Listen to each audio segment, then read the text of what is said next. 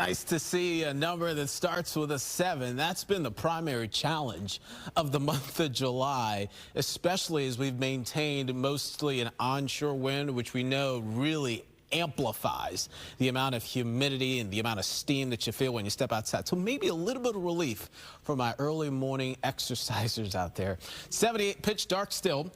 Still some time to go till sunrise. Winds are light. And here's the story yesterday. Those temperatures struggling to climb, only about 90 degrees for a high. The reason it's blue is because it was a below average day. High temperature wise, only hit about 90 degrees. 91 is average. You see, that's been the case most of this month where temperatures have been sweltering. But the difference yesterday was the rain. And the areas that got the rain got the cooler temperatures. Areas south were just baking in that summertime heat. But big totals areas north, some really moderate downpours just came in waves throughout the day. Of course, you had the clouds and the hazy skies down south, with a lot of that Saharan dust still in place. Now, today is going to, all the features are basically still in place to keep today similar, but we've got more drier air, so I expect less in the rain gauge today. Temperatures, 70s up and down the coastline. That's nice to see. Got 79 in Venice, Sarasota, Wauchula, checking in about 78 degrees, 73 right now, my friends in Bartow. From here, how about mid-80s in just a matter of hours? Get the sun up, too. And once we do, expect those temperatures to continue to climb for you, probably about low to mid-90s. So we'll bring back the red marker as we get those temperatures up above average today. High pressures in the Gulf of Mexico, so we'll do about another day of an onshore predominant wind with showers moving inland. Then tomorrow, high pressure is going to be somewhere over the state, so winds will kind of be, variable.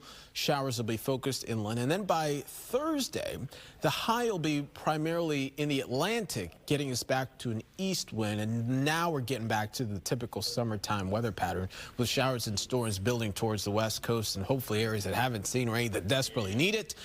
We'll finally get some.